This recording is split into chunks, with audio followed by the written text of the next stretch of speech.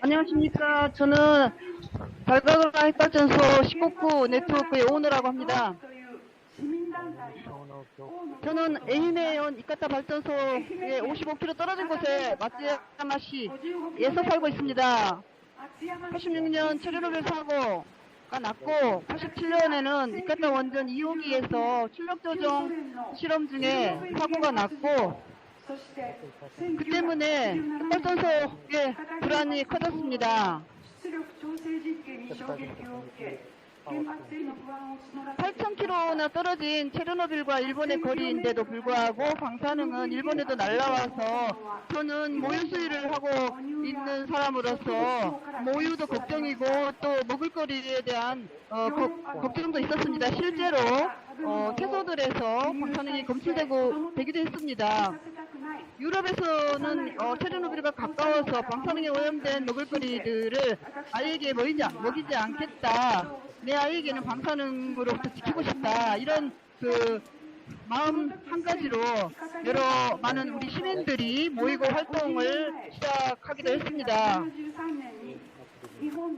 그리고 그때 이미 이카타 원전을 멈추게 하려고 50년 전인 73년에 일본에서 처음으로 국가를 상대로 원전 희생 소송 이카타 원전 1호기 설치 허가 취소 재판을 했습니다. 이때 20여 명 정도가 참가를 했는데 저는 그 당시 방청석에서 아이를 껴안고 모유를 수유하면서 재판의 방청석에서 계속 들었습니다.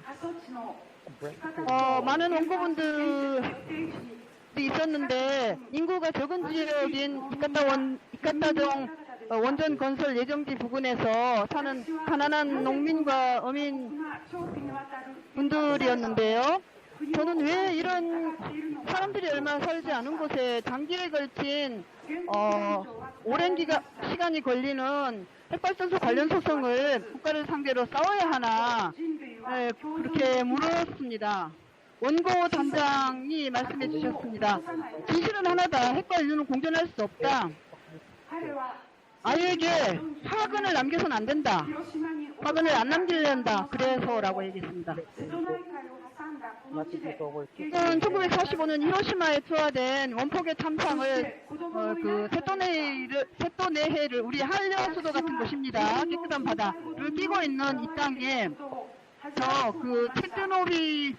히로시마에 투하된 그런 피해 지역 원폭 투하지에 있는 같이 하자는 목소리야 이거. 그리고 그분은 자식도 없는 분이었어요. 저는 제 걱정거리에만 몰두해서 빠져있는 제 자신이 그 원고 단장을 보면서 그런 생각이 들었습니다. 이 재판의 원고들의 많은 분들이 두려움을 호소하면서 예언하면서 불안해했는데 점점 그 사고는 현실이 되어버렸습니다. 1979년 미국 스리멜에서 사고가 났죠. 56령. 81년에는 이스라엘이 이라크에서 건설 중인 원전을 공격했죠. 86년에 체르노빌 사고 났죠. 88년에 이카타 원전에서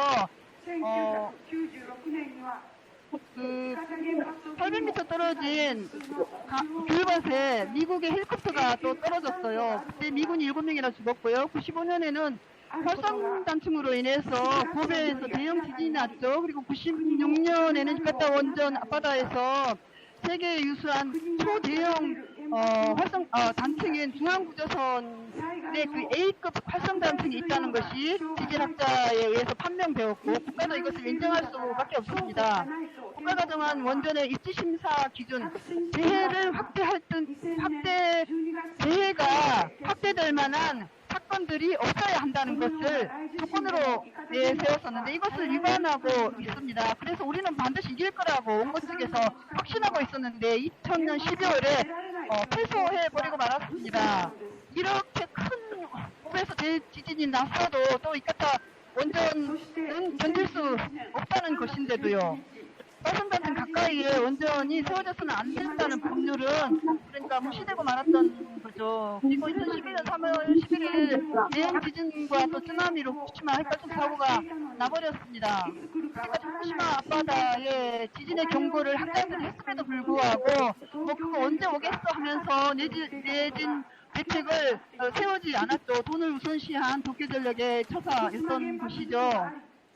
후쿠시마 원전 사고가 있고 나서 모든 발전소가 원전이 멈추고 그래도 전기는 부족하지 않았죠.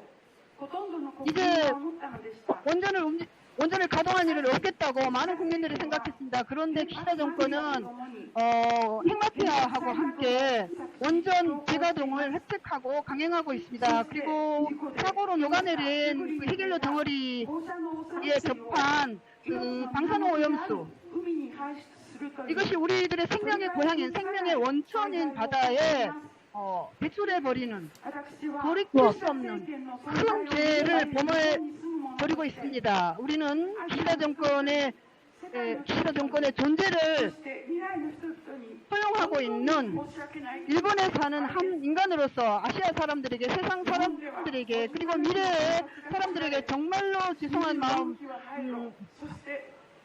마음입니다. 일본에서는 57개 핵발전소가 세워졌고 24개가 이미 폐로가 되었고, 그리고 현재 12개를 재가동하거나 또는 재가동을 위해서 정기검사를 하고 있는데요.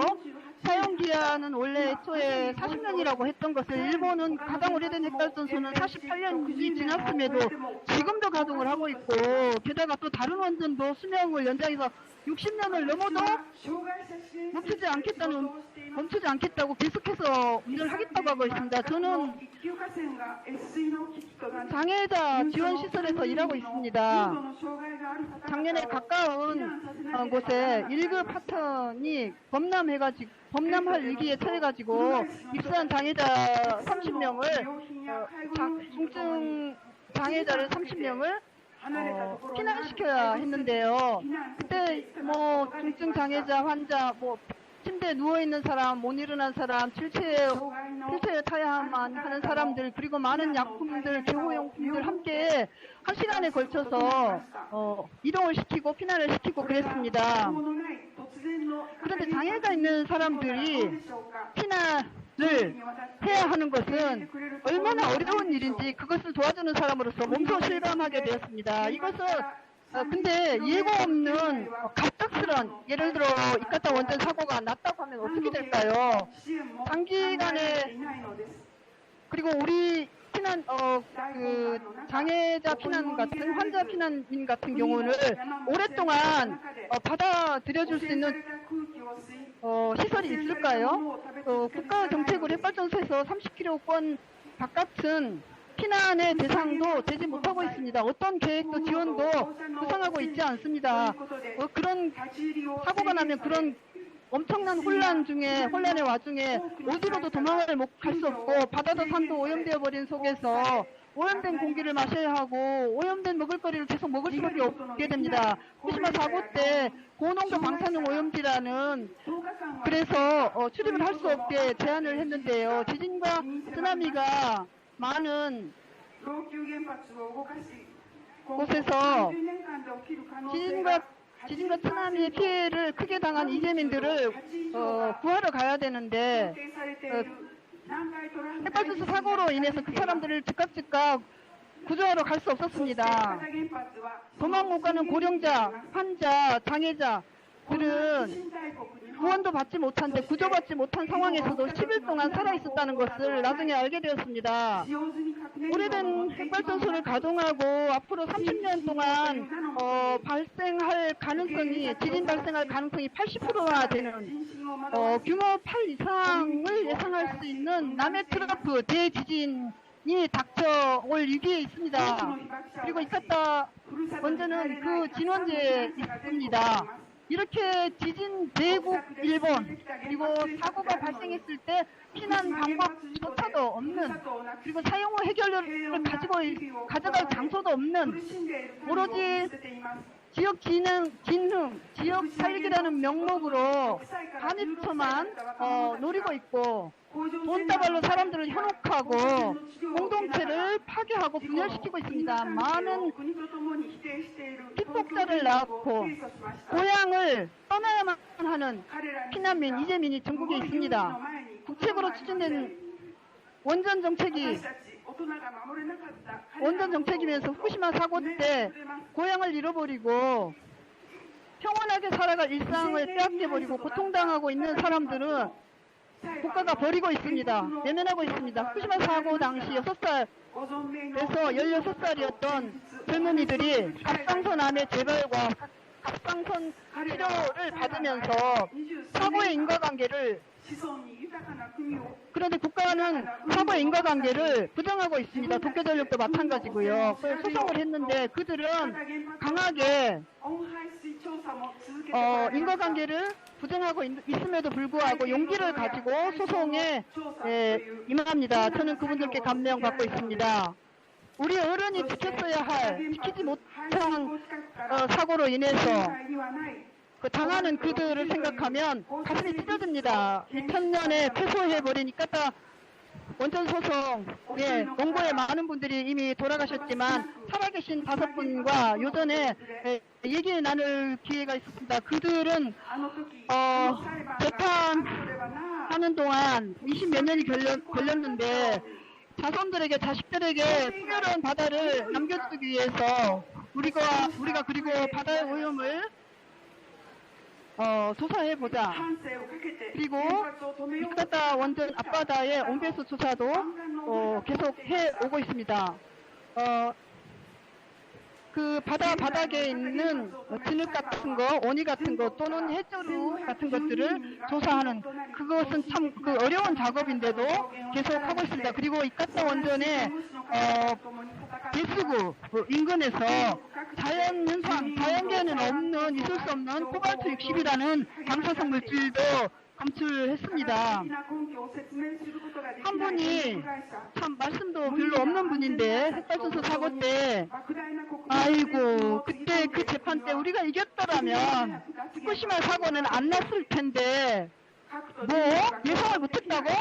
야 뭐 그딴 소리를 해 라고 말씀을 하셨습니다. 반생에 걸쳐서 핵발전소를 멈추는 싸움을 계속했던 분의 그 망감이 교차된 말씀이었습니다.